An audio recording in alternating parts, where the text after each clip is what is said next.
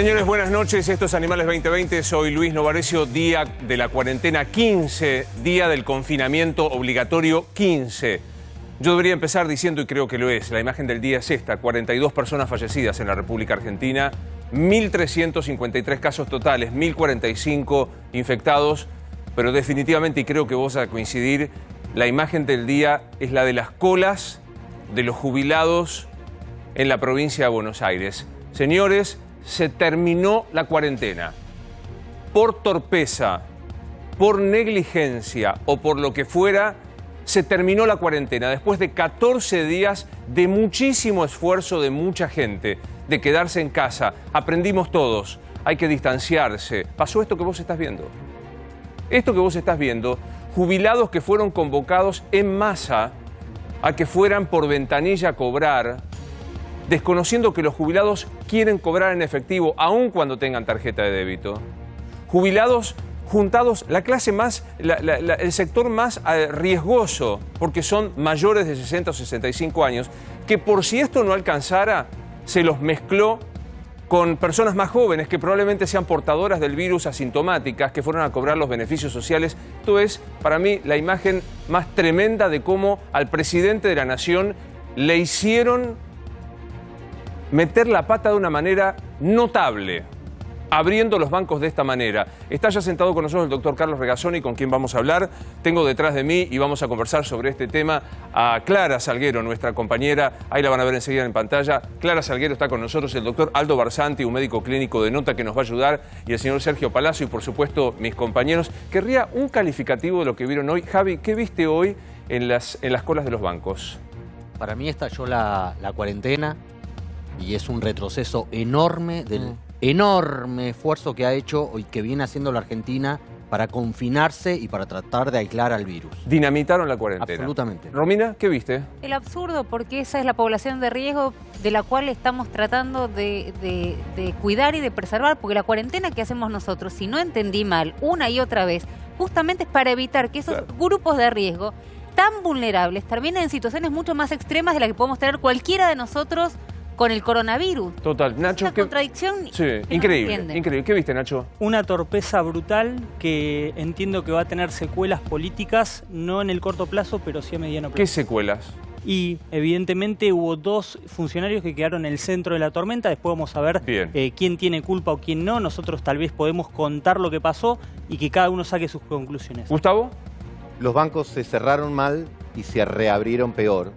Creo que obviamente hubo una falta de coordinación, también hubo deficiencias serias en la comunicación, incertidumbre y, de alguna manera, vos lo mencionabas en la introducción, hay costumbres buenas, malas, pero que están establecidas en la Argentina y uno sabe que hay una concurrencia que en estos casos es mayor por el tema del dinero del billete, porque también en muchas regiones del país está aumentando los ya altos niveles de la economía marginal. Hoy un colega tuyo, doctor Regazzoni, buenas noches, ¿cómo estás? Me dijo, esto es una bomba viral. Hicieron estallar una bomba viral. ¿Está bien?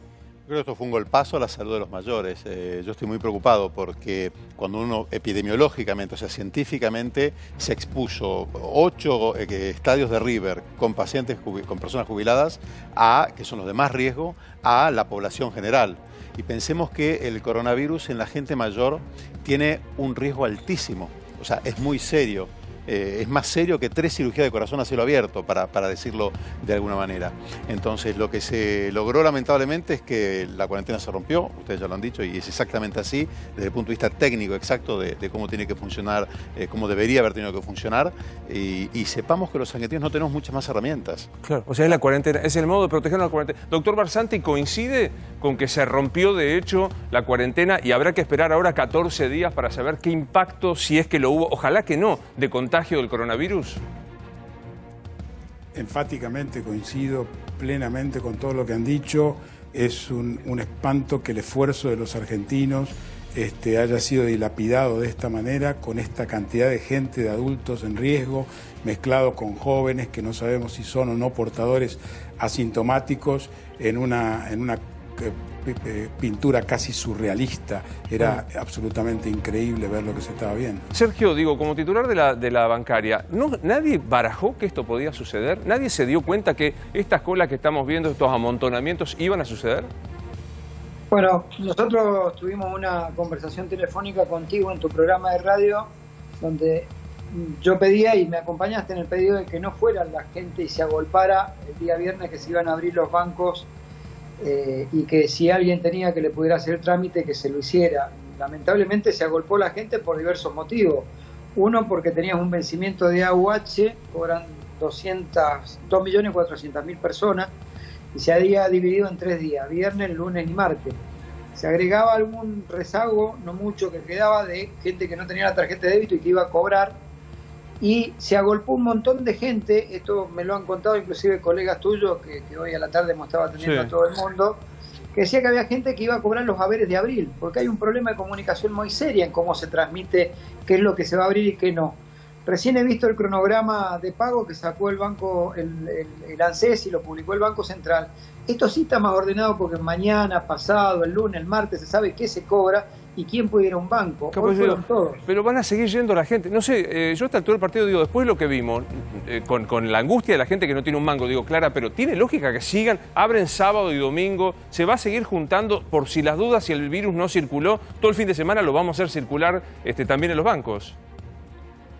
Va a ser inevitable que la gente, buenas noches, va a ser inevitable que la gente no siga yendo a los bancos, aquellos que tienen pagos pendientes y aquellos por si acaso. Pero ¿quién podía pensar que esto no iba a suceder? Había cronogramas vigentes varios: desempleo, ingreso familiar de emergencia, pensiones no contributivas, además de los nuevos de abril, los que regían a partir del 1 de abril, pero además teníamos a toda la gente que no había cobrado en el mes de marzo. Claro. Era imposible que las entidades bancarias o aquellos que representan a los bancos no se dieran cuenta que después de 10 días de no tener entidades bancarias abiertas, iba todo el mundo. No iba a pasar eso. Ahora digo, doctor Barsanti, ¿cómo vamos a evaluar si esto fue una bomba viral, como me decía un colega suyo, o fue nada, algo que otra vez la naturaleza, Dios o lo que quiera nos ayudó y que no pase nada? ¿Cuándo nos vamos a dar cuenta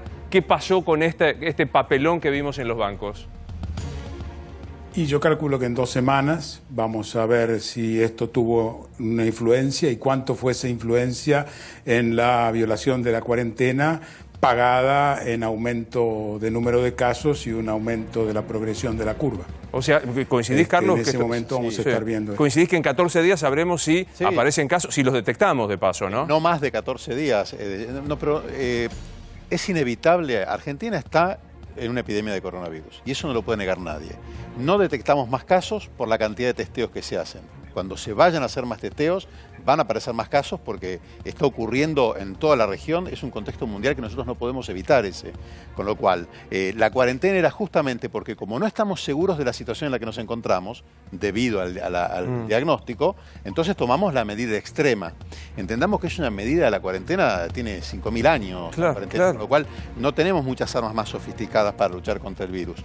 Estamos, la bala de plata, y encima que se había aplicado tempranamente, había sido una medida bien, muy acertada. O sea, para mí alguien le hizo meter la pata al presidente de la Nación severamente, sí, Romina. No, perdón, le quería preguntar a Palazzo, no sé si puedo preguntárselo, pero recién Nacho hablaba de acusaciones cruzadas. Si gran parte de la responsabilidad un sector del gobierno se la adjudica justamente a los gremios, porque los bancos, dicen, ¿por qué cerraron los bancos? Si los bancos no hubieran cerrado y hubiesen sido una actividad esencial, nosotros somos actividad esencial y los bancos no son, en este contexto de necesidad, no hubiese pasado lo que pasó. Y que el Banco Central no se puso lo suficientemente duro con Palazzo para decirle, señores, abran igual. ¿Palazzo? Sí, bueno, es falso ese argumento. El día que se decreta el aislamiento obligatorio y se establecen las actividades que están dentro y fuera de ese aislamiento, nosotros nos enteramos por los periodistas porque ni siquiera nadie nos preguntó ni nos consultó. Con lo cual la decisión de que no haya sido declarado de entrada una actividad esencial no corre por cuenta del sindicato porque ni siquiera sabíamos qué actividad era esencial y cuál no, y hubo que dilucidarla y aparecemos como actividad esencial en el punto 24 del artículo 6, donde se determina cuáles son las operaciones. Posterior a eso hubo una modificación en donde ampliaron las actividades esenciales del sistema financiero, como fue la apertura de la Cámara Compensadora. Nos llamaron para avisarnos que habían incluido todo eso y nada más que cómo se podía instrumentar. Claro. Pensar que un sindicato o una persona, los trabajadores tienen la fuerza para torcer la voluntad de alguien que tiene que definir eso, la verdad que Alicia en el País de las Maravillas y a buscar responsabilidad donde no las hay. Ahora digo, nosotros el día domingo nos dijeron que el viernes iba a haber un cuello de botella porque el cronograma de pago de las jubilaciones fuertes empieza el día 8 cuando se paga los que ganan menos de 7.500 pesos. Claro. Es el cronograma más fuerte. Nos dijeron que el viernes había un cuello de botella y que seguramente iban a sacar la resolución de abrir los bancos. Bueno, abrieron los bancos y los bancarios fuimos. Después resolvieron que sea sábado y domingo, vamos sábado y domingo. Entonces yo veo que están buscándole la vuelta por algún lado y precisamente son los bancarios los que hoy día estuvieron trabajando y poniéndole el cuerpo a la situación. Ahora yo digo, está bien. Está con temas de agresiones. Sí, yo digo, acá hay una responsabilidad primera que es la del gobierno, que es la que decide abrir los bancos de esta manera. Mal, adhiero al diagnóstico de Marangoni. Cerraron mal y abrieron peor. Lo que me parece que ahora de manera de la cuestión sanitaria para tratar de paliar algo es ver algunas cuestiones que vemos. Ahí veo en las imágenes aglomeramientos absolutamente indiscutidos. Personas, doctor Barsanti, con bufandas, algunos con barbijos, otros directamente con la mitad de un tarro de plástico, de aceite que se lo pusieron. ¿Sirve para algo? ¿Se viene la utilización de barbijos para todos? Cuénteme un poco eso, por favor, doctor. Bueno, esto fue una medida iniciada por la determinación de la OMS y de la CDC de que los barbijos no eran útiles. Que algo no esté demostrado científicamente que es útil no quiere decir que sea inútil. Y hoy en día el progreso del conocimiento del coronavirus, la evidencia de que los aerosoles pueden salir no solamente con la tos y con el estornudo, sino también con la respiración y el hablar, a veces a bastante más distancia de lo que la prudente distanciamiento social aparentemente indicaría, está volcando la balanza hacia el uso de barbijos y de máscaras faciales. O sea, usted no descarta, perdón que lo interrumpa, no descarta que en las próximas horas el gobierno nos inste o invite o nos obligue, no sé cuál será el término, a empezar a usar barbijos. No sé que nos obligue, no creo. Que nos inste, seguramente ya el Center for Disease Control va a recomendar la utilización de barbijos, pero acá hay que ser muy responsables porque lo que no puede ser utilizado son los barbijos que tienen un rol en el tratamiento y en la profilaxis de los médicos y el personal de la salud y de los pacientes reconocidamente infectados. Claro.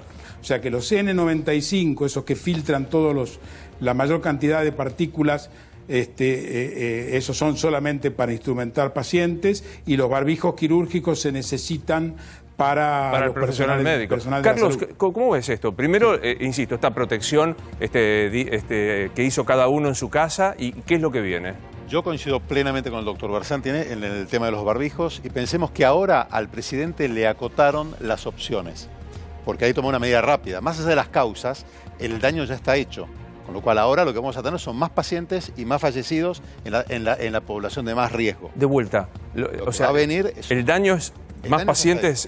más pacientes y más fallecidos en la población de más riesgo. Es inevitable eso, porque la cuarentena sigue la epidemia sigue esta dinámica. Entonces ahora en las opciones que se abren, una va a ser, pongámonos todos a fabricar barbijos ya mismo, pongámonos todos urgentemente a proveer abundante alcohol en gel, volver al distanciamiento social, replantear lo que va a durar la cuarentena, empezar a equipar a los hospitales. Tenemos que ya salir a fabricar... Cuando decimos todos, no nosotros, los particulares. Yo diría que hoy en día tenemos que movilizar bastante a la sociedad en ese sentido porque países como Estados Unidos están teniendo problemas con el poderío económico que tienen y un problema serio. Hoy hubo una protesta en la ciudad de Nueva York de las enfermeras porque no tenían el equipamiento. Imagínate que si ellos tuvieron ese problema, tenemos que entender que Argentina, acá es cuestión de resultados. O sea, hoy, por supuesto que está perfecto, tenemos que protestar y quejarnos, pero sobre todo hoy tenemos que buscar la manera de colaborar. O sea, después de la metida gamba fenomenal, hay que buscar...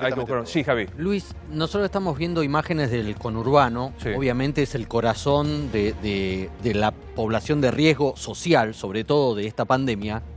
Pero esto se repitió en gran escala en todo el país. Sí. Las imágenes hoy que circularon de Corrientes agolpándose a centenares frente a las puertas de los bancos, todos juntos, muy pegados, toda una multitud. En Chaco, uno de los centros de la pandemia de todo el país. En Córdoba. Esto es el interior, mientras hablamos vemos imágenes de interior, Javier. Te digo, la verdad es que es preocupante. Y me gustaría preguntarle a Palazzo, teniendo en cuenta esta experiencia de hoy, si él, como los medios, que sabíamos que esto iba a suceder, por lo cual hoy todos los medios teníamos fotógrafos, reporteros, cámaras y móviles en los bancos, porque sabíamos que esto iba a pasar, si él cree que este estiramiento del cronograma, la apertura del sábado y domingo, va a generar calma o va a generar que mañana otra vez la gente salga desesperada porque necesita la plata. Sí, acá, digamos, también las cosas, digo, entiendo el tema de comunicación, pero acá la gente necesita la plata. Total. ¿Sergio? Sí, dos cosas. La imagen que se veía en Corrientes, le agradezco la pregunta ahí a tu colega. La imagen que se veía en Corrientes a las 7:30, 8, que es cuando abre el banco, 7:30 abre en Corrientes. Yo le pediría... Hubo mucho, era una imagen, como él grafica muy bien, tétrica, digamos, una calle poblada de gente apiñada en la puerta del banco. A la 1 de la tarde, que es cuando cerró el banco, no había nadie en la puerta del banco porque se había atendido a todo el mundo. El problema es el cúmulo de gente que fue. En el interior, en muchos lugares... Pero ahí lo voy a seguir, ahí lo voy a contradecir. No le podemos echar la culpa al jubilado, que todos sabemos... No, estoy diciendo que... se atendieron y se pagaron todos los beneficios sociales previstos en el día de la fecha. Eso es lo que quiero decir. No quiero decir que esté bien o que esté mal. Sí. Bueno, pero no es una responsabilidad del sindicato. Nosotros nos pidieron que abrimos y se atendieron los beneficios que se pagaron. Sí, Clara, te veía agitar la cabeza cuando hablaba Palazzo. Lo que pasa es que el drama que vimos hoy, a ver, ¿y qué se fundamenta? En la negligencia. Acá, el Banco Central, la Administración Nacional de Seguridad Social y la bancaria tenían que armar un plan de contingencia, tenían que darse cuenta que la gente no podía estar tantos días sin entidades bancarias abiertas, porque la gente que se agolpó hoy en los bancos, habrá gente que habrá ido porque sí, por las dudas, pero hubo gente que durante los últimos días de marzo penó de banco en banco para poder sacar plata de un cajero automático y el cajero automático no le daba plata. Otra gente que no tenía tarjeta de débito, pero tenía registrada la huella digital e iba a los bancos y el sistema biométrico no andaba. Sí, y además, los que no tenían la tarjeta de débito, todo esto se sabía. Sabíamos de que había 500.000 jubilados y pensionados que no tenían tarjeta de débito. ¿Cómo iba a cobrar esa gente con los bancos cerrados? Por eso el plan de contingencia tuvo que haber sido por parte de la bancaria, de ANSES y del Banco Central, el día después que el presidente de la Nación comunica la cuarentena obligatoria, el 19 de marzo. ¿Palazzo? Sí, en principio la facultad que tiene es de la autoridad administrativa. El sindicato lo que hace es representar a los trabajadores bancarios y cada vez que el Banco Central puso algo como actividad esencial, nosotros cumplimos. Nos dijeron este viernes. Yo no sé por qué nos involucra a nosotros, la persona que habló, no sé por qué nos involucra a nosotros. No es responsabilidad del sindicato armar un protocolo de crisis de cómo tienen que atender los bancos. Eso lo tienen que hacer los bancos. Bancos que de paso se ha dicho... No todos los bancos pagan los beneficios sociales de la ANSES y se niegan a pagarlo.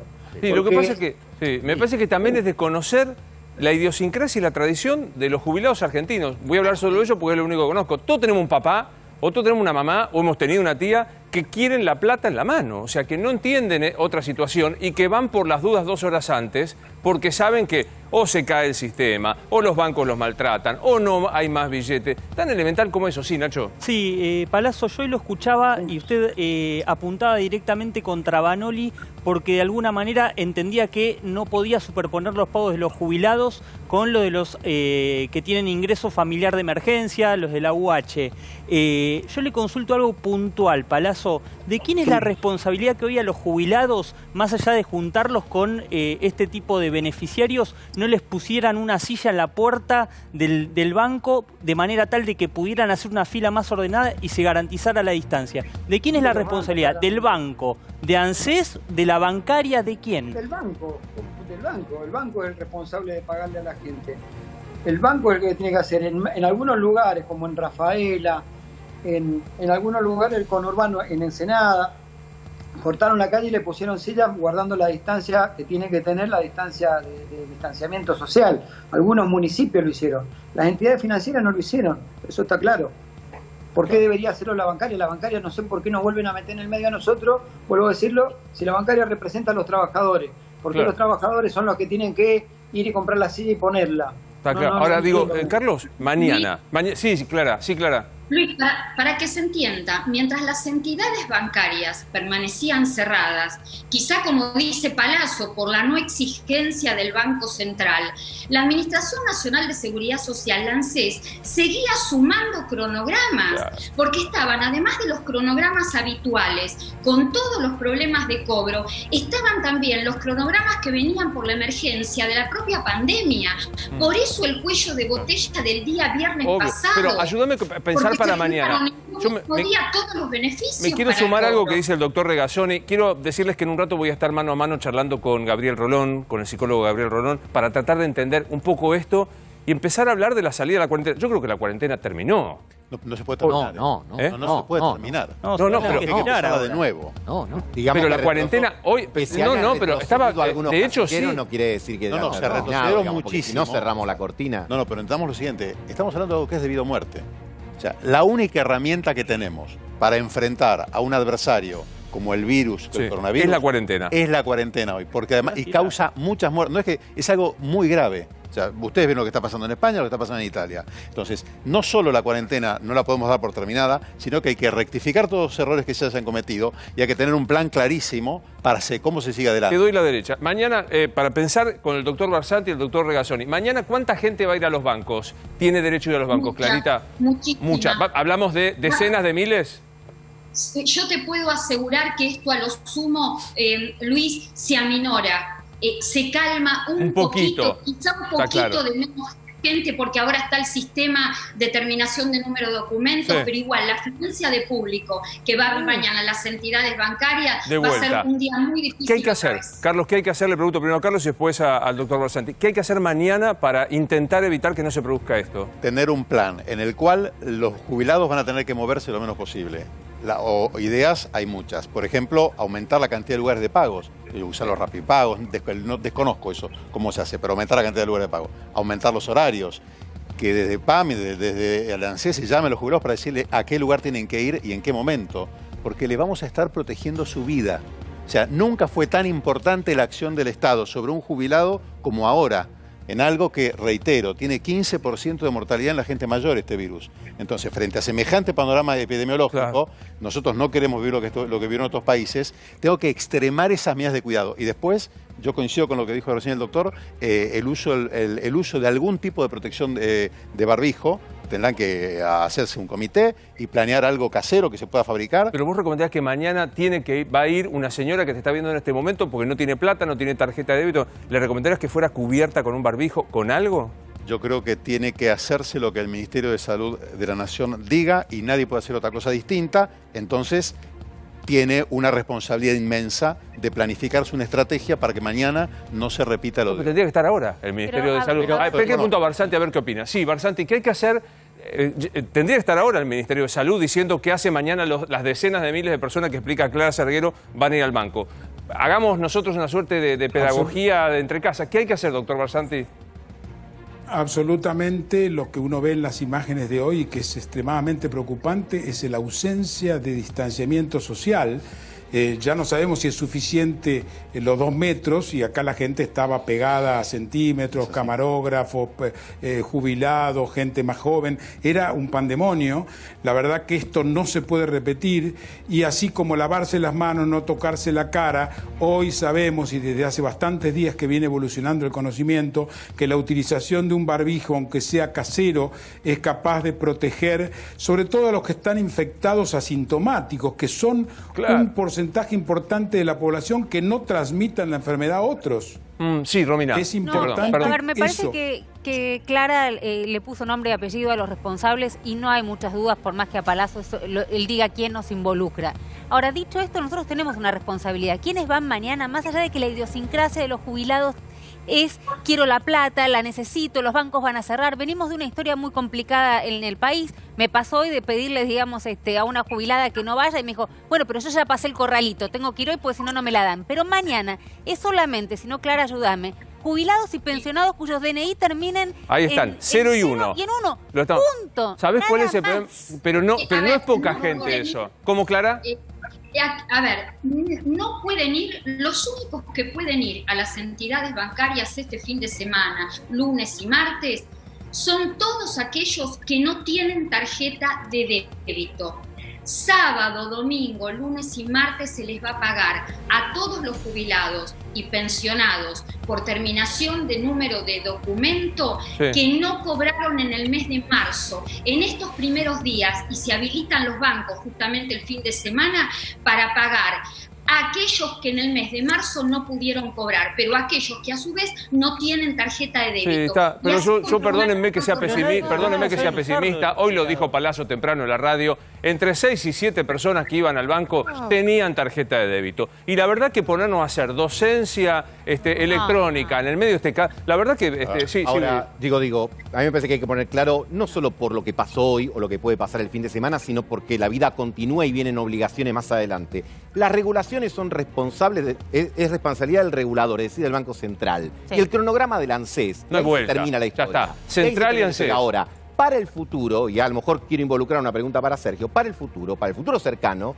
se incorpora en el pago de millones de beneficiarios del ingreso familiar. Dicen van a ir directamente a las cuentas, pero muchos no tienen plástico porque no tienen las cuentas. Y agregarle un colectivo y un elemento más que le quiero agregar a Palazzo como pregunta, porque acá tenemos medio sistema bancario ocioso, por decirlo de alguna manera, por lo menos ocioso respecto de esto. Porque la verdad que salvo la banca pública y muy pocos bancos privados, el grueso no paga ni jubilaciones ni asignación universal. Y a mí me parece que este contexto tiene que llevar a revisar esa situación. Y yo te agrego, para que lo conteste también Palazzo, el colectivo de la seguridad de los bancarios que fueron a laburar en el día de hoy, por ejemplo. Además. Sí, Sergio.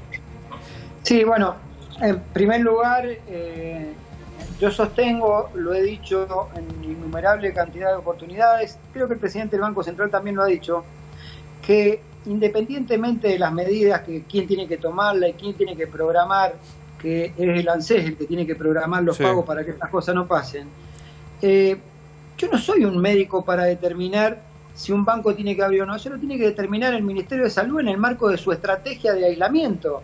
Y lo dije cuando empezaron con este tema de que si había que abrir o no los bancos. Yo dije, yo no puedo ser el irresponsable que diga que hay que abrir o no abrir, porque hay que ver cuál es la estrategia de aislamiento. Si es que nos quedemos todos, si es que se quede una parte, si es que tengan que ir los jubilados a la calle. Entonces, para desmitificar esto, porque pareciera ser que nos quieren responsabilizar a nosotros de que no se abrieron los bancos. Acabo de explicar cómo ha sido la secuencia. Y lo segundo, si usted me deja terminar de hablar, se lo agradezco. Sí, sí, por favor.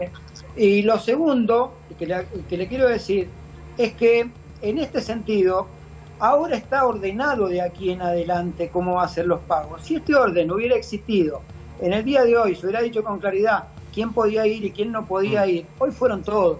Hoy fueron los que tenían, como dice la doctora, los que no habían cobrado, fueron las AUH, fueron los jubilados que ya habían cobrado y les quedaba un saldo para retirar y tenían tarjeta de débito. Ahora es claro, y está muy claro lo que ha dicho el ANSES. Mañana, pero Sergio, va a haber decenas de miles de personas. Igual va a haber decenas de miles de personas. Por eso, yo entiendo lo que me dice el doctor Regazzoni, que hay que esperar que lo que diga el Ministerio de Salud. Pero como no está pasando esta noche, me atrevo a preguntarle otra vez a los dos médicos. Doctor Barsanti, aconseja ir con, no sé, una bufanda, con esas, si lo podemos poner en pantalla sería bárbaro, esa suerte de casco de soldador hecho a mano con la mitad de un bidón de aceite de casa. ¿Aconseja aislarse con algo, doctor Barsanti? No, lo que va a aconsejar ya inminentemente el CDC, el gobierno central de Alemania, es la utilización de barbijos caseros que pueden ser reemplazados por una bandana, por una bacalava, por una bufanda. Esto contribuye, no es fundamental, no es perfecto, pero tampoco es menor.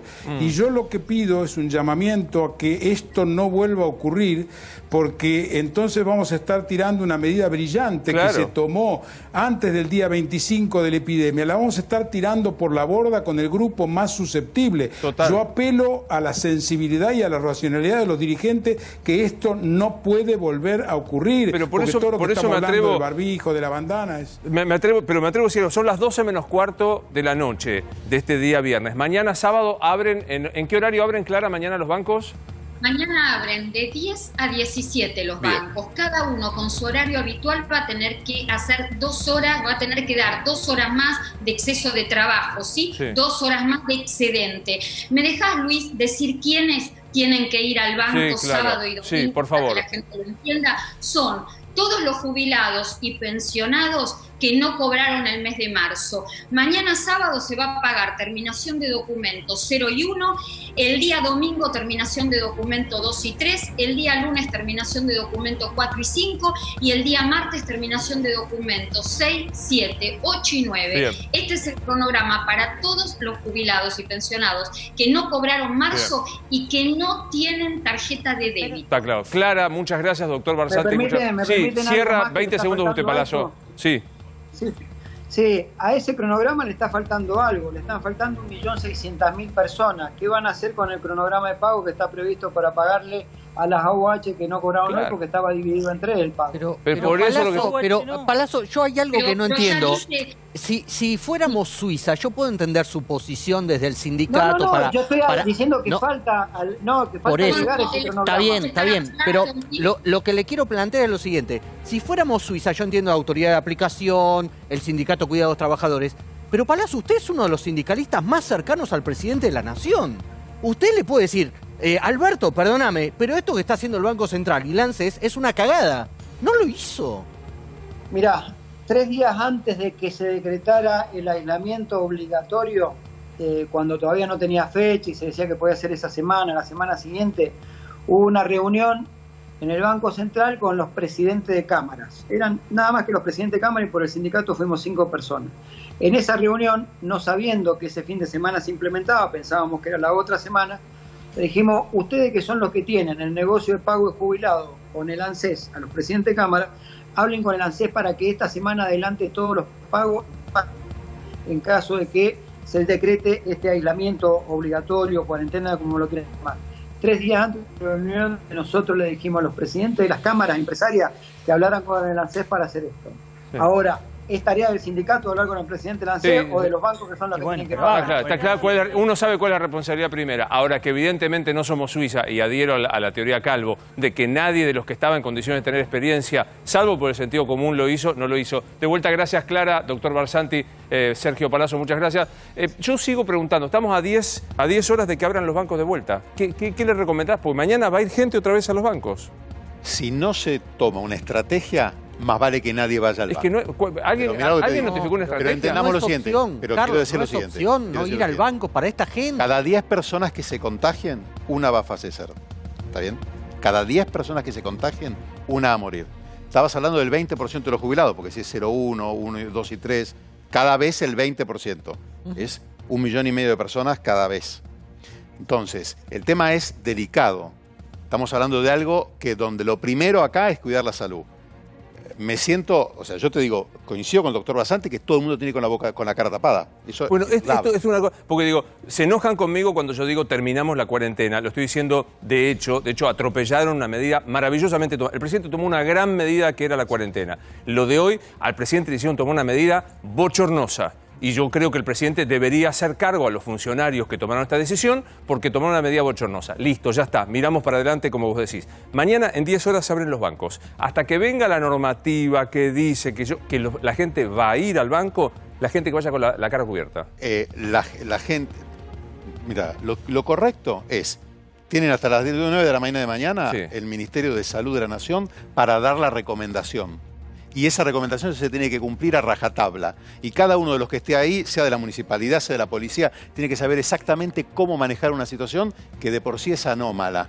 Porque está haciendo un daño muy grave, si se lo maneja mal, a la salud de cientos de miles de argentinos. Bien. Yo voy a ser pesimista. No va a llegar. ¿Lo podemos llamar al ministro Ginés González García para ver si hay algún tipo de protocolo de emergencia para mañana, no para dentro de no sé cuánto? Digo, yo creo que no va a llegar esa recomendación. La única medida que se está analizando en estos momentos es mandar a los que tienen la asignación universal por hijo a cobrar a bancos privados. Esto no estaba ocurriendo y justamente para descomprimir podrían enviarlos a cobrar a bancos privados. De todas maneras, para mañana no llegas a notificarlo. No, para mañana no, porque los de asignación no van mañana. Pero hacia el lunes. Bueno, ahí está. O sea, pero para mañana, jubilados que vayan mañana, Carlos. Como a título personal y siguiendo las recomendaciones internacionales, deberían ir con un barbijo casero de cualquier tipo, con un pañuelo en la cara, con por lo menos eso. Pero entendamos que es una recomendación que no está bien que la diga yo, Luis. No, yo te entiendo la responsabilidad con la que hablas. Porque es decir, lo que está en juego es tan serio para el futuro de nuestro país, que no quiero ser yo un factor de ruido. Lo que te digo es, lo que sí tenemos que exigir todos los argentinos en este momento, y sobre todo los profesionales de la salud, es una directiva clara para que la estrategia mañana se maneje lo más profesional posible, no como hoy, improvisando baños químicos en medio de la calle, eso con gente mayor. Porque además, separar los jóvenes de los mayores tampoco resuelve el problema. De hecho, este virus característicamente se transmite en grupos de edades. Claro. Y uno de los grandes responsables de lo que ocurrió en Italia fue que se transmitió justamente inmediatamente en gente mayor. Es lo que ocurrió en Estados Unidos, 101 geriátricos. Pero digo, no quiero ser tremendista. La movilización del Día de la Mujer en España, que se hizo en medio del desastre. Otro desastre. El caso Codogno en Italia, donde que era el caso cero, el paciente cero. Esto puede ser, yo digo, no. Esto es 10 veces más grande.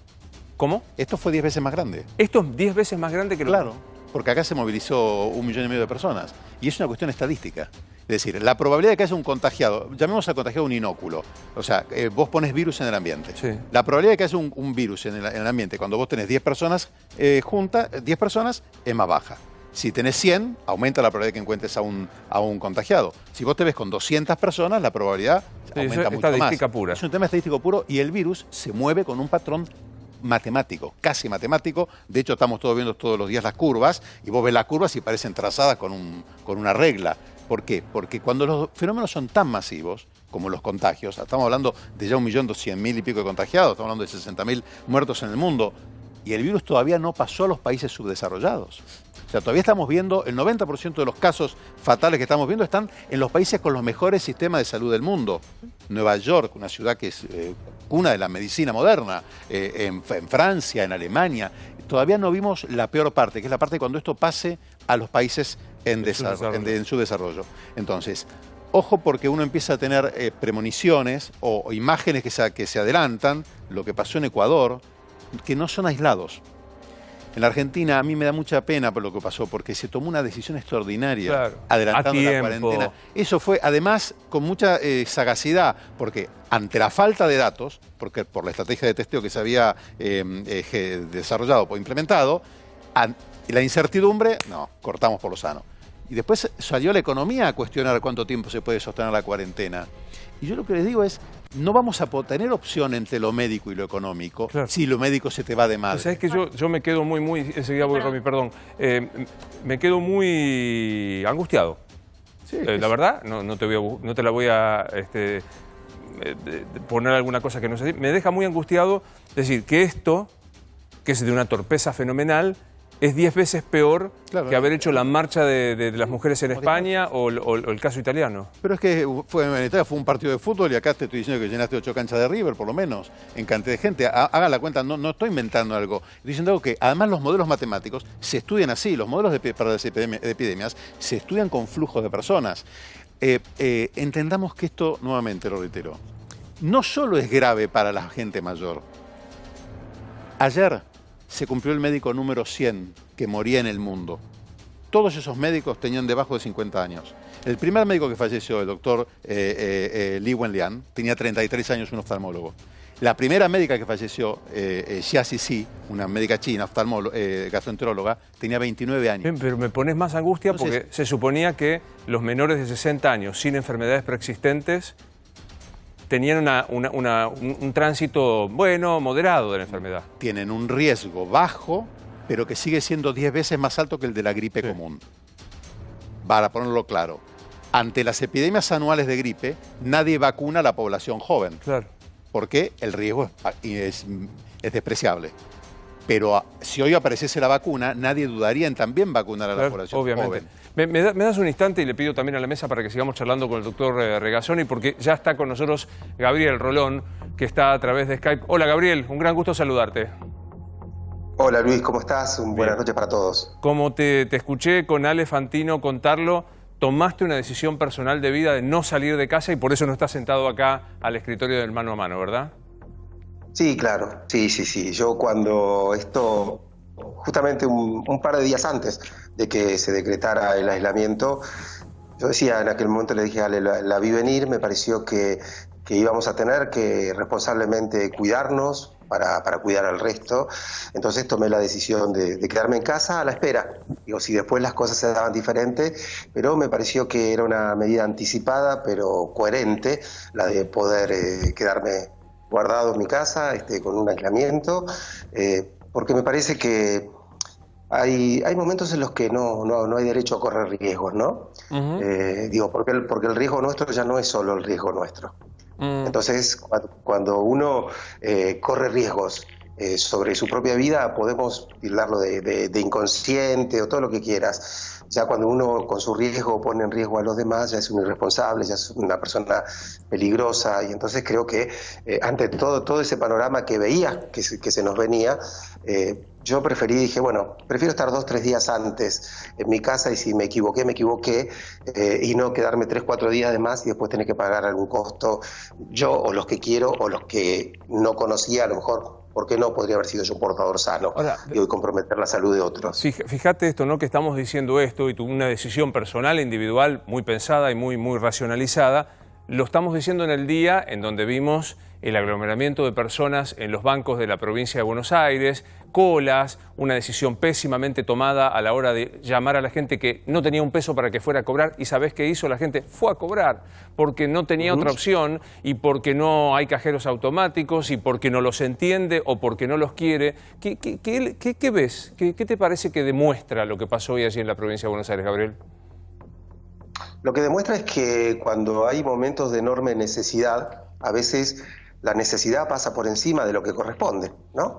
Quiero decir, esa gente no es gente que no entiende que debería haber estado en cuarentena, es gente que tenía la necesidad de salir, o sea, hay gente que le urgía encontrarse con dinero para poder vivir, para poder alimentar a sus hijos, a sus padres, a ellos mismos. Entonces creo que mira, lo primero que pienso, ¿sabés qué es, Luis?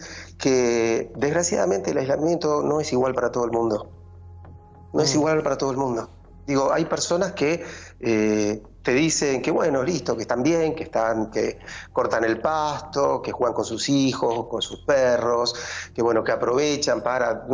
y hay gente a la que vos le decís, mira, tenés que quedarte 5 días más y te dice, no puedo porque no como. Entonces creo que el aislamiento también, las diferentes maneras de vivir un aislamiento no son ajenas a las injusticias sociales que hay.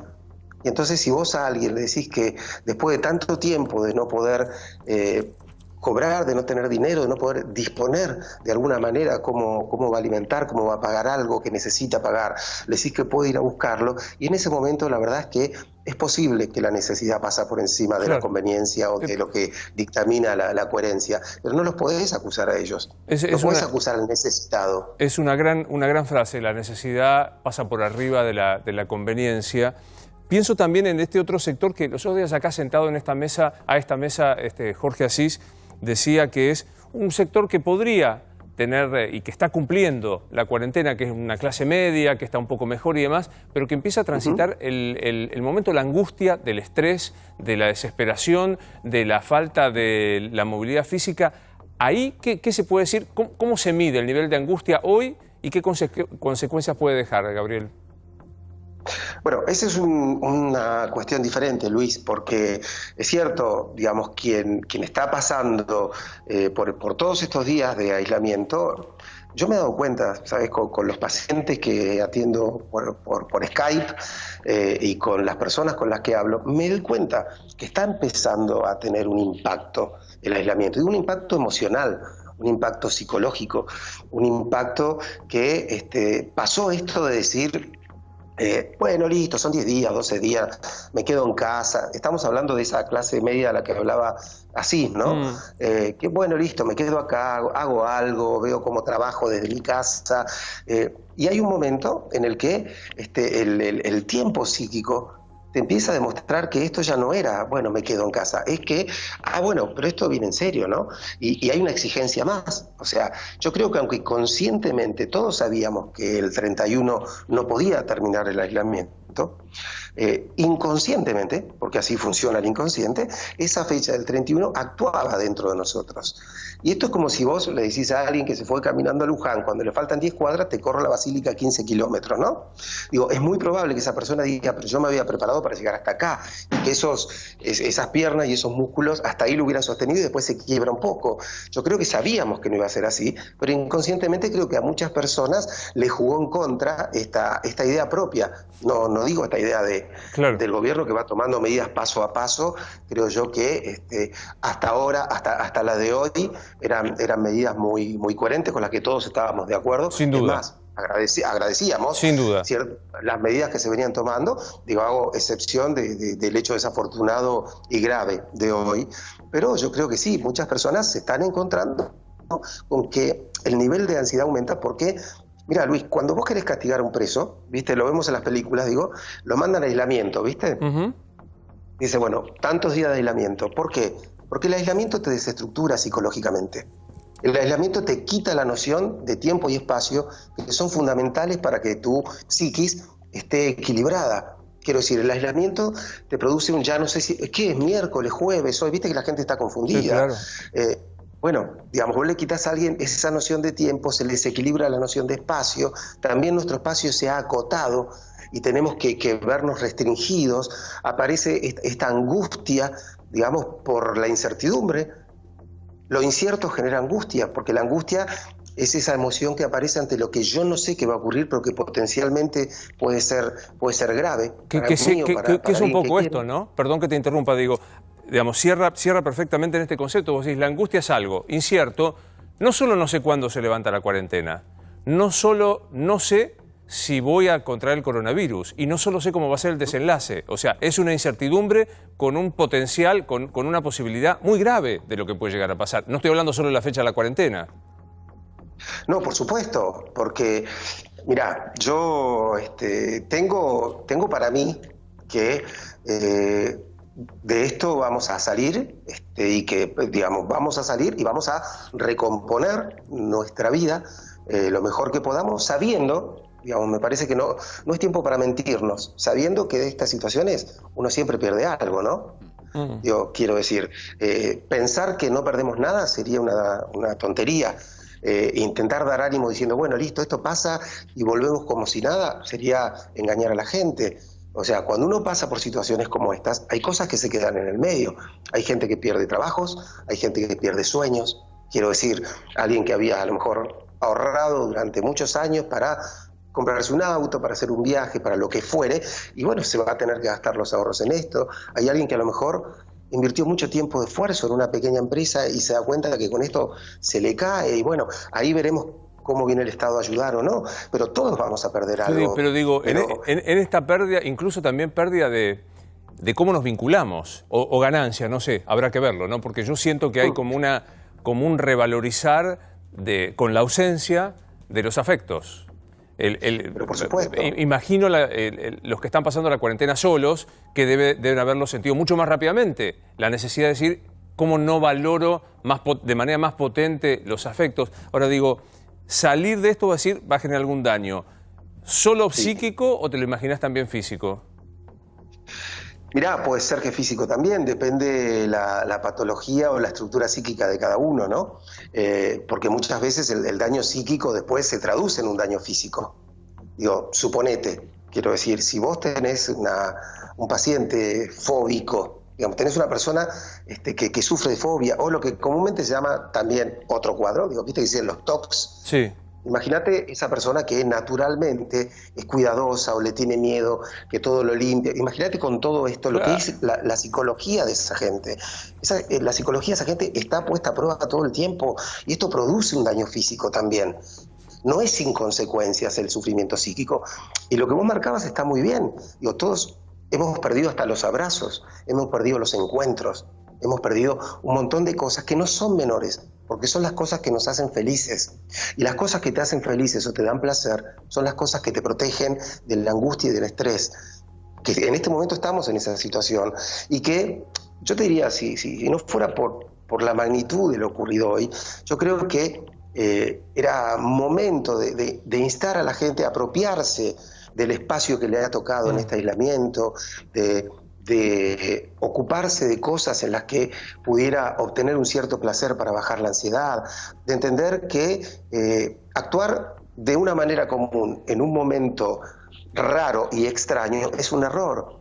¿Qué quiero decir? Que si vos a tus hijos le dejás usar el celular o la tablet 3 horas por día, bueno, en este momento por ahí se la tenés que dejar usar 5 o 6. Esto es muy interesante. Esto es muy interesante. Me gustaría ver un poco de los niños. Hay papás, y conozco de cerca, que son políticas cero pantalla para sus hijos, porque creen que por lo menos hasta los 2, 3 años no tenerlo, y hay que estar todo el tiempo con los hijos en casa, entreteniéndolos y demás. Vos decís, acá es quizá el momento de ceder en algunas cuestiones para acompañar de la manera menos grave a un chiquito.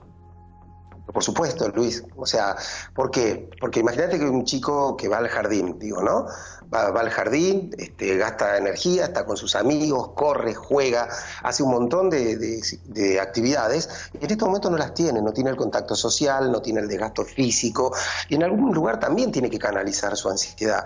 Y es más, y los papás que lo están cuidando también tienen que canalizar su ansiedad. Entonces estar todo el tiempo diciendo, basta, te dije que apagues eso, te dije que apagues, no es una situación común. Enfrentar las situaciones comunes con los mecanismos de todos los días está bien, pero enfrentar las situaciones extrañas con los mecanismos de todos los días está mal, porque las situaciones extraordinarias requieren de nosotros comportamientos novedosos. Y tenemos que ir descubriendo dentro de nuestro aislamiento, de nuestras casas y de con quién nos haya tocado pasar esta situación, los mecanismos necesarios para cuidarnos, para que todos estemos lo más tranquilos que podamos, los menos ansiosos que podamos, porque eso va a redundar en cómo vamos a soportar esto que nos queda.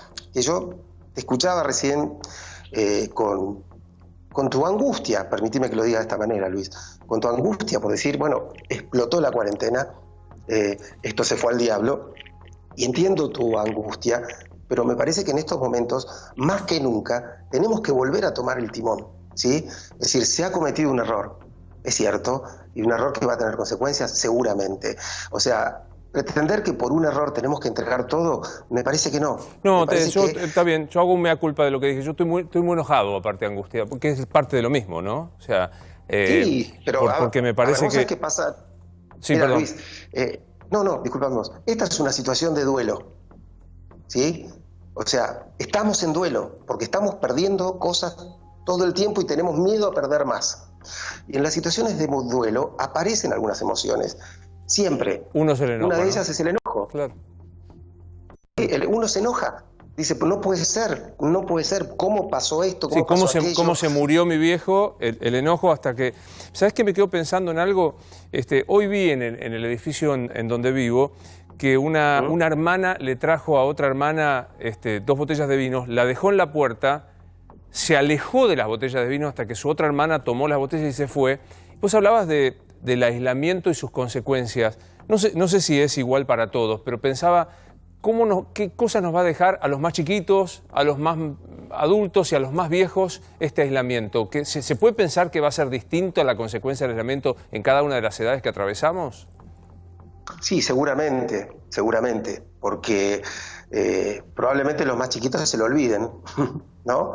Digo, los chicos de 2, 3 años se lo olviden, probablemente las personas grandes, que en este momento está, imagínate, un abuelo o 2 abuelos que están allí en su casa y que no pueden ver a sus nietos, no pueden ver a sus hijos, en un tiempo que, por las cuestiones de la vida, saben que tienen que aprovechar mucho, ¿sí?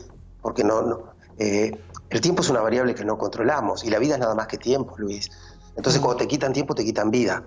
Entonces, es el tiempo que uno pierde de poder estar con los que quiere. Es un tiempo de vida que uno siente que no disfrutó. Entonces seguramente para esas personas va a ser más duro. Pero creo también algo, ¿no? Se nos ha pedido un aislamiento, no se nos ha pedido que suframos en aislamiento, ¿sí? De vuelta a esa frase, Gabriel, por favor. ¿Se nos ha pedido? Que estemos en aislamiento, pero no que suframos en aislamiento. Es decir, tenemos derecho a armar en el aislamiento que tengamos la mejor manera para poder pasarla bien, si es que se puede, y los que pueden. No estoy haciendo caso omiso de realidades terribles, ¿no? Pero, por ejemplo, se nos ha pedido que nos aislemos físicamente, no que nos aislemos afectivamente. Y mirá la escena que vos me contás. Esta hermana que va y le deja 2 botellas de vino a su hermana, y la otra que baja, ella se aleja y aunque sea a la distancia se saludan y se agradecen o se tiran un beso. Eso es un contacto afectivo que a lo mejor no conseguís estando 3 horas tomando un café. Sí, pero ¿sabés también a la vez que pienso con la consecuencia del aislamiento físico? Nosotros tenemos permiso para circular, para venir a trabajar, y están nuestros compañeros técnicos que laburan heroicamente como todos y demás. Es impresionante la distancia que hemos puesto entre nosotros. Acá hay un ambiente de camaradería como en casi todos lugares. Cuando se levante la cuarentena y nos digan si pueden circular, ¿cómo se va a ¿cuándo se va a volver a recuperar la confianza en la proximidad física? Como decías, del abrazo, de dar la mano, del beso y de esa proximidad que te genera empatía, te genera relación. Por supuesto, pero vos tenés que entender que mientras el abrazo es una muestra de cariño y de cuidado en una situación común, en esta situación la muestra de cariño es la distancia. Esa persona que se distancia de vos es porque te cuida, porque te quiere, ¿sí? Entonces, yo creo que cuando esto termine, como todas las cosas, va a pasar un tiempo, porque la psiquis tarda un tiempo en acostumbrarse a los cambios. Está tardando ahora, digamos, ya ahora, si te cruzas con alguien, ya lo entendimos, pero hace una semana o 10 días, no darte, aunque sea la mano, te parecía extraño, ¿no? Uno decía, bueno, disculpame que no te dé la mano, perdoname, pero, viste, no sé, ¿qué hacemos? El último día que yo atendí, entró un paciente y me dijo, ¿te doy un beso o no te doy un beso? Le dije, mejor no nos demos un beso. Y era raro, ¿no? Me parece que hoy no lo cuestionaríamos ya, pero cuando pase ese tiempo, digamos, y recuperemos algo que tiene que ver con nuestra cotidianidad, nuestra habitualidad, por supuesto que vamos a recuperar los abrazos y los besos, pero nos va a costar. ¿Por qué? Porque el miedo, en algún punto, ese miedo que nos queda, ese miedo residual, tiene un sentido. El miedo está allí para protegernos de una situación de peligro. Claro, el miedo tiene mala prensa. Uno dice, no hay que tener miedo. El miedo, dale, no tengas miedo. Es debilidad, claro, es debilidad. Claro, pero no, el miedo no es debilidad. El miedo está allí, digamos, para avisarte que hay un peligro. Después vos decidís si enfrentás o no ese peligro. Si es ese peligro, es el peligro de que te bochen en un examen o no te den un trabajo, y bueno, tenés que enfrentarlo. Si ese peligro es el peligro de morir, bueno, hay muy pocas cosas en la vida que lo justifican, ¿no? Encima hoy, bueno, vos haces psicoanálisis a través de los medios, de las herramientas de streaming. Hay gente que nunca hizo psicoanálisis y no tiene esta herramienta. Por eso te hago esta pregunta que alguno tras el aislamiento empieza a sentir trastornos, por ejemplo, del sueño, no poder dormir. Cuando vos podrías decir, puedo dormir sin problemas porque no tengo que levantarme a tal hora, no hay despertador que me haga levantar. ¿Puede haber este tipo de trastornos con el aislamiento de sueño, de alimentación? Sí, por supuesto, de todo lo que se te ocurra, Luis, porque, a ver, nuestras actividades cotidianas nos estructuran la vida. O sea, vos sabés que de lunes a viernes te levantás a tal hora para ir a la radio, ¿no? Sí. Y que después volvés, si querés dormís una siesta, te bañás para ir a grabar. Cada uno tiene estructurada su vida, y cuando esa vida se desestructura, digamos, todo se mueve dentro y hay una pérdida del equilibrio. Entonces, así como no sabes en qué día estás, a veces no sabes qué hora es, y todo empieza a descompaginarse un poco. Vos sabés que yo he visto, por ejemplo, mira vos, que hay sueños muy extraños en estos tiempos. ¿Gente que sueña con cosas extrañas? Sueña con cosas raras. ¿Por ejemplo? Con cosas muy fuertes, con cosas muy potentes. Me contaba un paciente que había tenido un sueño como si fuera casi un director de cine recorriendo cada lugar de su casa, cada lugar de su ex casa, ¿sí? De una ex casa que ya estaba distinta, pero que él sentía hasta el roce de las paredes, y que ya no estaban sus cuadros, pero todo como si él estuviera muy presente. ¿Por qué? Porque los sueños se construyen a partir de lo que llamamos restos diurnos, es decir, lo que te quedó en la... ¿Viste los temporales? Sí. Los archivos temporales que están, pero están. Sí. En algún momento dice, borrá que tenés muchos temporales. Bueno, esos son los restos diurnos que nos quedan de lo que te pasó hoy, de una discusión que tuviste la semana pasada o el año pasado. Entonces, eso, más algunas cuestiones inconscientes. A veces son deseos, a veces son miedos. Y en este momento estamos tan recorridos por el miedo, por informaciones, o sea, nos dormimos mirando cuánta gente murió en un lugar, cuánta gente murió en otro. ¿Vos te creés que eso es gratis para la psiquis? No, claro. Uno se va, claro, vos te vas a dormir y después tu psiquis arma un sueño con estos restos diurnos, más los miedos inconscientes, más el deseo que tenés de que esto no haya ocurrido nunca, y con todo esto, con todo este material se arman los sueños. La gente está soñando cosas muy potentes, sueños muy angustiosos, muy vívidos. Entonces, bueno, todo nos cambia en este momento. Estoy pensando, es erróneo y sé que es anticientífico y está todo mal lo que te voy a preguntar en este momento, pero por ahí hay gente que jamás ha podido acceder a un consultorio de un psicoanalista, que jamás, por cuestiones económicas, de prejuicio, por tradición, porque no se sintió con la angustia. Aprendí con vos y con Juan David Nacio que el que va al consultorio de un psicoanalista porque está sufriendo, no va alguien por investigación, para saber cómo es su vida, qué pasó con esta historia. ¿Te animás a hablarle a los 44 millones de argentinos, o un poco menos, que están de verdad aislados, que están en esta suerte de cuarentena obligatoria y que están buscando en vos una suerte de soga donde aferrarse para transitar responsablemente lo que falta a la cuarentena? Qué fuerte, es fuerte, porque no sé si tengo esa capacidad, Luis, pero sí me gustaría... Lo primero que me gustaría decirle a cada uno de los que estamos en esta situación, digamos, los que están en esta situación, es este esfuerzo no es en vano, ¿sí? Digo, y te repito, yo también reponiéndome un poco a la angustia de lo que pasó hoy, Luis. Digo, no te creas que no estoy angustiado, que no estoy enojado, ¿sí? Pero no quiero que esa angustia y ese enojo me quiten de adelante la visión de que todo el esfuerzo que está haciendo la Argentina no ha sido en vano, ¿sí? Porque no ha sido, si no hubiéramos hecho el aislamiento, un poco más, un poco menos, pero esto hubiera estado permanentemente. Por ahí no en esta magnitud, porque se hubiera dividido, pero hubiera sido mucho más. Creo que esto se podría haber evitado y me duele, pero no lo han hecho en vano, no sientan que el esfuerzo fue vano, 1. 2, hay un después, Luis, hay un después de esto. Digo, me parece necesario que cada persona piense a su manera cuando esto pase algo que tenga ganas de hacer. Porque cuando vos proyectás aunque sea un proyecto mínimo, ni bien esto pase y se pueda, hago un asado con mi familia, digo, aunque sea ese mínimo proyecto, donde hay un proyecto, hay un futuro, porque el proyecto es a futuro. Es que es eso. Es que este momento, perdón que te interrumpa, este momento quita proyecto. Te saca el proyecto hasta más elemental, de pintar tu casa o de encarar un nuevo laburo. Pero por supuesto, porque justamente, ¿no? O sea, lo que se instaura en este momento es la urgencia, es el día a día, y está bien, a veces hay que transitarlo día a día, porque estas situaciones de crisis son día a día. Pero me parece que es importante tener en cuenta que después de esto vamos a poder hacer un montón de cosas. Como te decía, sin negar lo que hayamos perdido, pero vamos a tener un después. Y eso es importante porque te baja el nivel de angustia, porque si vos no tenés un después, lo único que ves es que te podés morir, Luis, o que lo que vos querés se puede morir.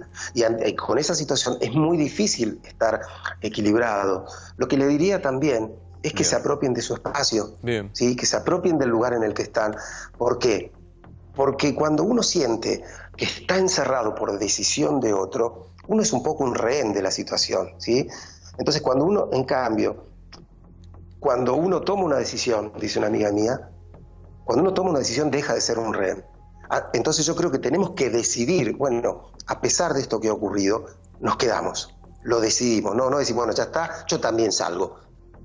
Está decidido, si no claro, está decidido. ¿Entendés? Si yo lo decido, es otra historia. Total. Entonces me parece que decidan quedarse en ese lugar y decidan estar bien. Tenerse mucha paciencia, porque todos pasamos por momentos de angustia.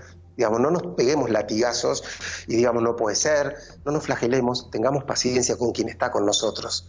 Es un momento para que, si vivís con alguien, el primero que se da cuenta que el otro está angustiado, paciencia. Baja porque es el momento del otro. Gabriel. ¿Sí? Contengamos. Sí. No, nada, contener y paciencia. Un placer que pase pronto por varios motivos. Esencialmente por el motivo sanitario, porque habrá sido que correspondía levantar la cuarentena y estamos más protegidos. Y uno secundario, para mí muy importante de todas formas, para que te vengas acá y charlemos pronto en un mano a mano. Y de vuelta, muchas gracias, Gabriel. No, al contrario, gracias a vos, Luis, y de verdad, sigamos responsablemente lo que tenemos que seguir. Está claro.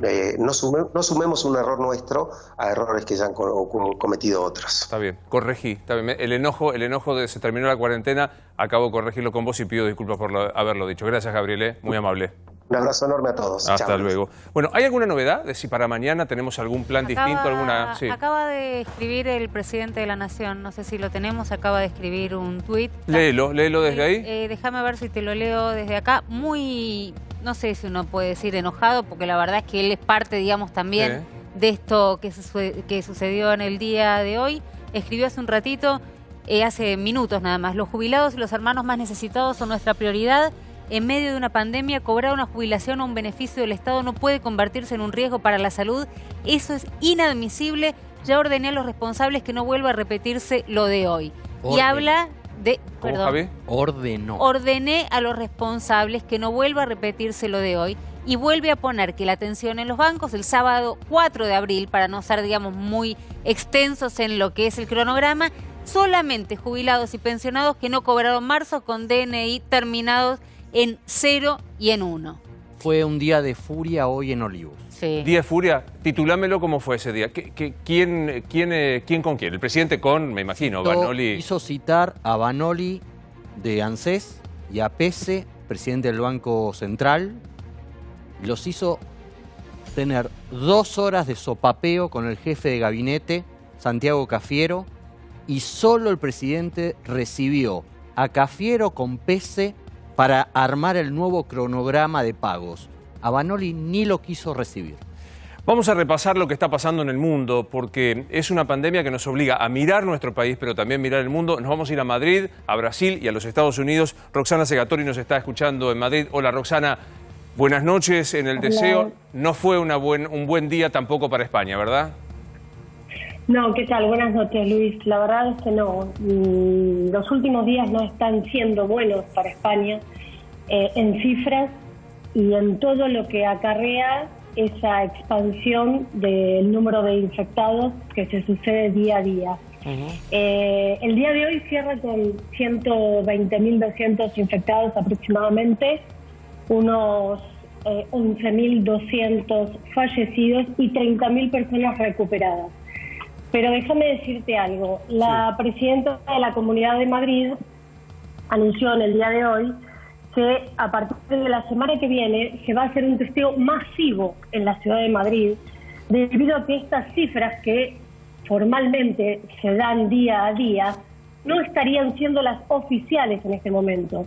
¿Por qué? Porque hay mucha gente que no ha sido testeada, hay mucha gente que tiene síntomas leves y no concurre a los centros de salud, y hay gente que está transcurriendo la enfermedad del coronavirus, el virus, todo junto, pero en su casa recluida, sin acercarse a un médico. ¿Qué es el problema que también Adrián Sachs nos contaba de los Estados Unidos? Cantidad de test que se están realizando y que no representan ya una cifra tremenda. Adrián, buenas noches. Contanos esta jornada allí en los Estados Unidos. Buenas noches. Bueno, una jornada tétrica. Por primera vez pasamos en el aumento de muertos, de número de muertos.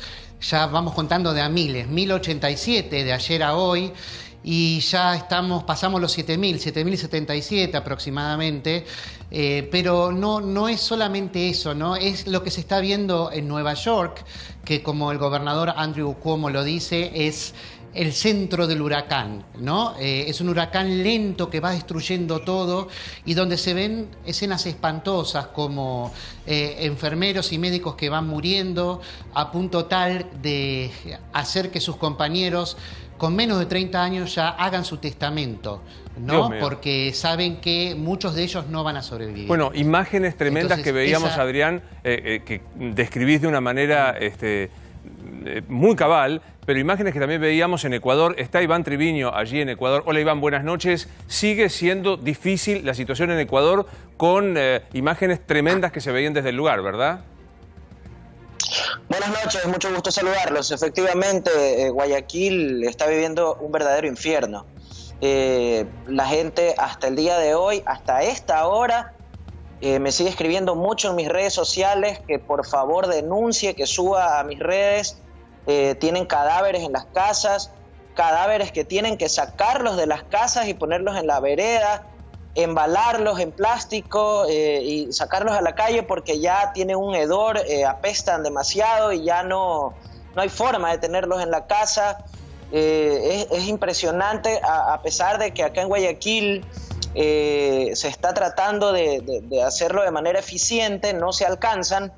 El otro día, hace un día, 2 días, el concejal Andrés Ushmer dijo que habían recogido en un día cerca de 300 cadáveres y la cosa está realmente terrible. Tú pasas por afuera de los hospitales y las cajas, los féretros están en fila. Esto yo lo he subido a mis cuentas, a mi cuenta de Instagram y realmente es de terror lo que se vive en Guayaquil. Sí, un segundo Iván, que le quiero preguntar a Gustavo, sí. En Brasil, para sumar otro de los países que tiene una especial importancia para la Argentina por la proximidad. Gustavo, buenas noches. ¿Cómo es la situación? ¿Cómo fue la jornada de este viernes allí en el Brasil?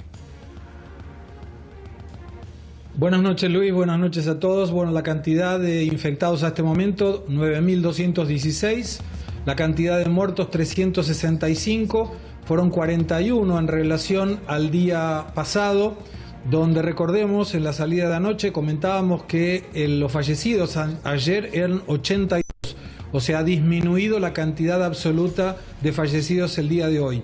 Serias preocupaciones, Luis, porque Brasil no consigue insumos para poder suplir la expectativa que tiene de necesidades hospitalarias, porque todo lo está comprando Estados Unidos y recordemos, el mayor proveedor continúa siendo China.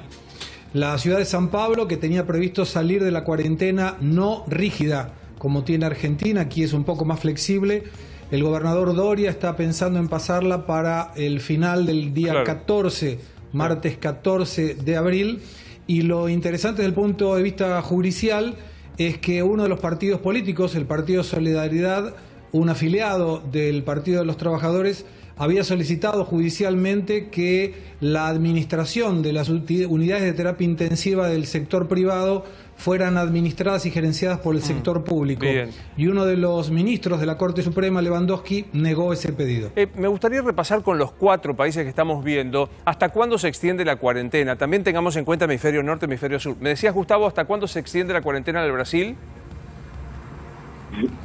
Es una cuarentena de San Pablo. Recordemos que la independencia de los gobernadores es la que determina la cuarentena. En San Pablo debe ir hasta el día 14. Hasta el Por día ahora 14. sigue siendo el día 7, pero se descarta que esto va a ser mantenido hasta el día 14. Muchas gracias, Gustavo. Adrián, ¿hasta cuándo sigue esta cuarentena que titubeó en los Estados Unidos? Sí, no, algún estado. ¿Cómo sigue esto? En realidad no es cuarentena, es en la mayoría de los casos, en la mayoría de los estados, en 41 estados, es orden de quedarse en casa. Van a seguir hasta el 30 de abril. Cuando no son órdenes de quedar en casa son recomendaciones, Claro. o sea que no es obligatorio, pero por lo general se estuvo obedeciendo. Iván, ¿qué pasa en el Ecuador? ¿Cuál es la decisión? ¿Cuarentena facultativa, obligatoria, hasta cuándo? Hasta el 12 de abril, pero es una cuarentena a medias, porque puede salir la gente a comprar alimentos hasta las 2 de la tarde y tú ves abarrotados los supermercados, los mercados, la gente aglomerada haciendo fila, la gente todavía se sube a los buses, a la metrovía aglomerada. Entonces es una cuarentena que realmente no es cuarentena, porque se puede salir hasta las 2 de la tarde. Y hay gente, obviamente, que puede salir con salvoconductos como policías, médicos, periodistas, etcétera, ¿no? Se está sumando Christian Martin en Gran Bretaña. Le pregunto antes a Roxana, en España, ¿cómo es el régimen y hasta cuándo de cuarentena?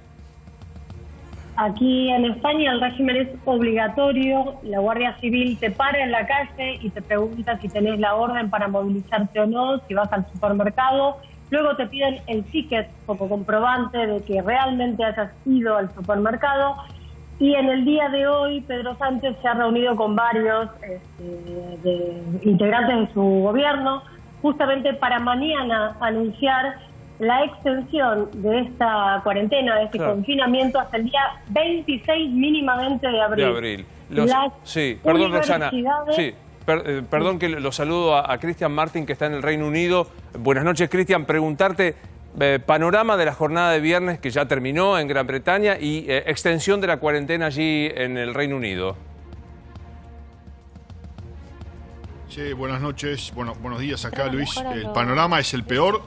Son 684 muertos en las últimas 24 horas, 3.605 hasta hace unas horas, ya está estar cerca de los 4.000 el total de muertos, 40.000 la cantidad de infectados, la curva subió como nunca, la gente está muy preocupada, el sistema sanitario no está colapsado y así todo murió muchísima gente, es una tragedia tremenda. Los británicos inauguraron esta mañana el hospital más grande del mundo, el Nightingale, en el este de Londres, lo que fue una sede olímpica en el Excel, con 4.500 camas, 2.500 de ellas de terapia intensiva. O sea, hay camas, hay personal, falta muchísimo testeo, solamente se ha testado el 5% del personal sanitario. La gente realmente está furiosa porque se está desprotegiendo a la gente en la primera línea. La cuarentena por lo menos 3 semanas más. Adrián, este panorama en Nueva York que veíamos ayer con tiendas de campaña en el Central Park, uno de los médicos que hablaba con nosotros decía en Nueva York de 70 quirófanos fueron transformados 63 en terapias intensivas. ¿Se sigue replicando, digamos, se sigue en este tipo de emergencia, Adrián? Sí, cada vez es peor, porque ahora además están faltando camas de terapia intensiva.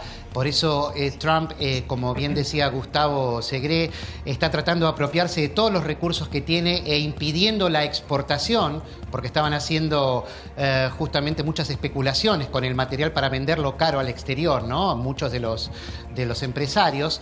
Y el panorama es cada vez peor porque faltan también recursos de todo tipo, como barbijos, los batones que usan los médicos y lo esencial que son los insumos para hacer funcionar los respiradores. No solamente falta respiradores. Entonces es una carrera contrarreloj para tratar de llegar a las 140.000 camas, que es el objetivo de base. Sí, Javi. Sí, le quería preguntar a Iván en Ecuador, que nosotros estos días estamos observando el espectáculo dantesco, mortuorio que se vive en las calles de Guayaquil, si él había tenido oportunidades de ver el espectáculo dantesco que dio hoy la Argentina con el tema de las filas de los mayores haciendo fila para entrar a los bancos.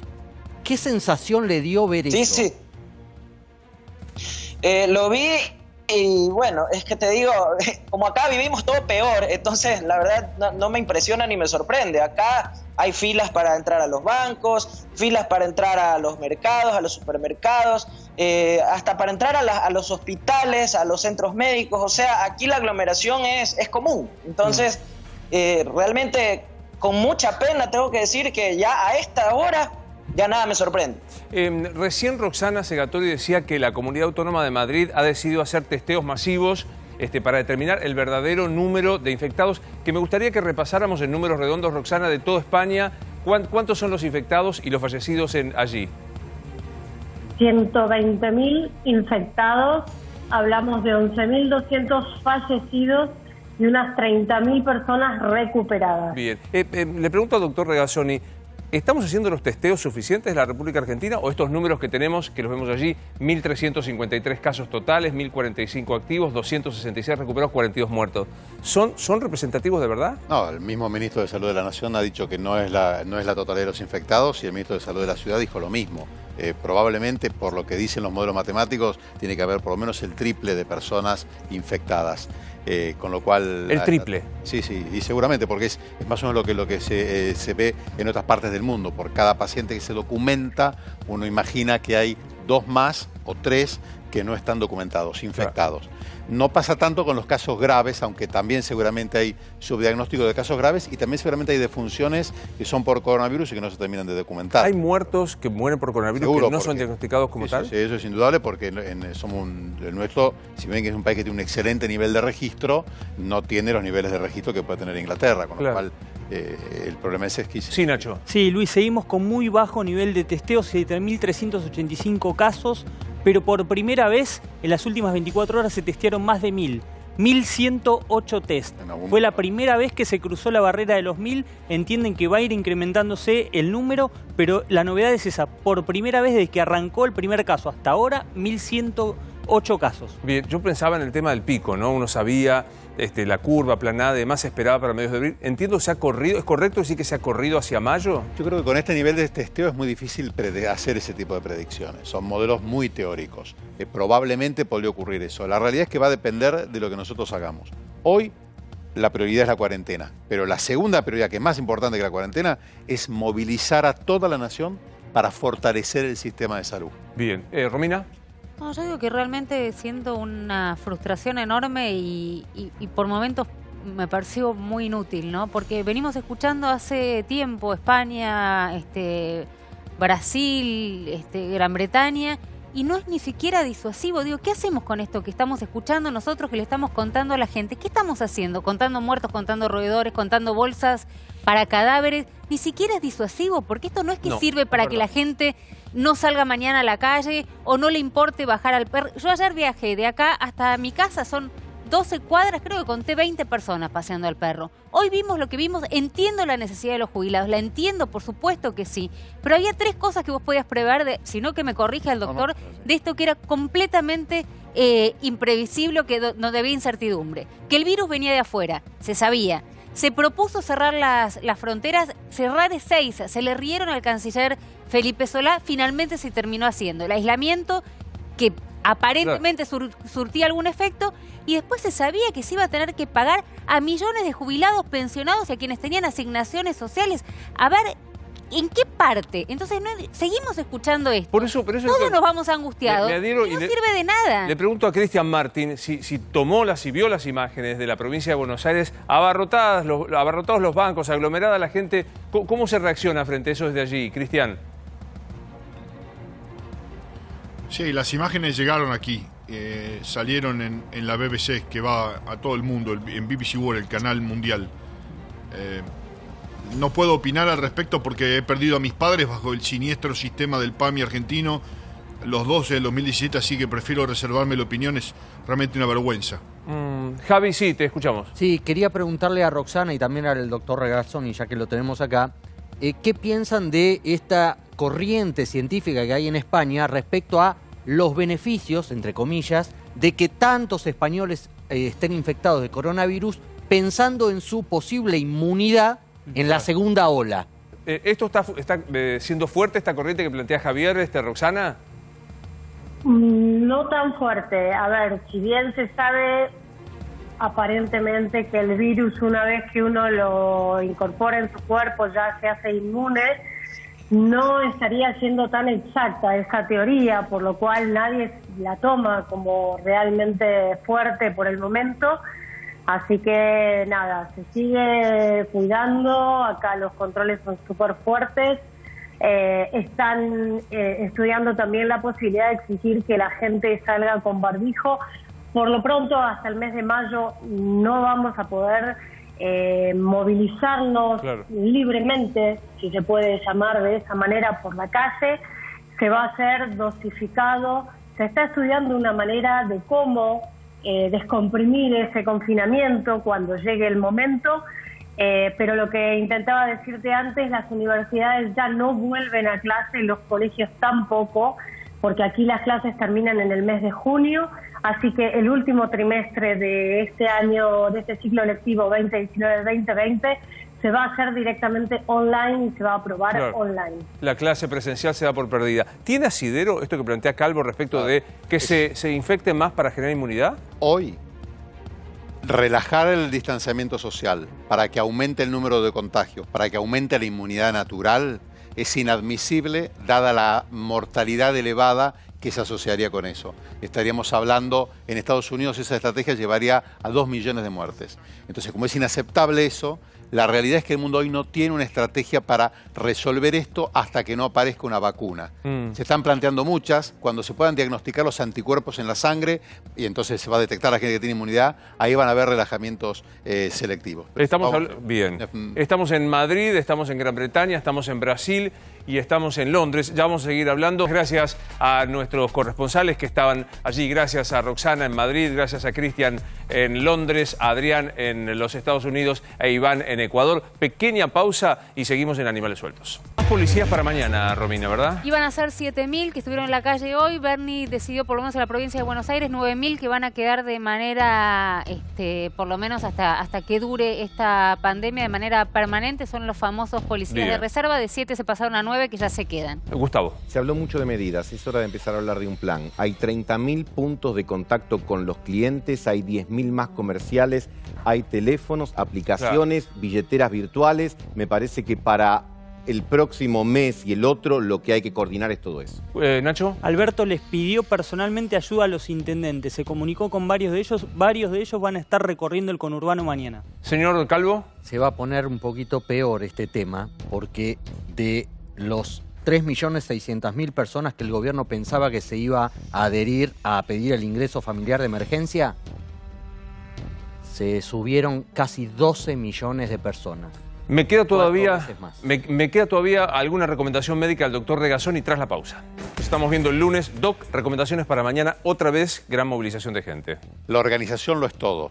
Eso es para el Estado. Y para la gente, si es posible, llevar la cara tapada, no hablar directamente con nadie, excepto con el conviviente habitual, llevar alcohol en gel o alcohol común del 70%, no tocar la superficie del cajero si no se la desinfectó antes con agua y lavandina. Entre persona y persona hay que desinfectarla con agua y lavandina. Cada vez que entra alguien. Cada vez que entra alguien. Y si no quedó más remedio que operar el cajero, alcohol en gel o alcohol al 70% después. Un placer verte, Doc, como siempre. Esto es Animales 2020, soy Luis Novarecio, será hasta el lunes.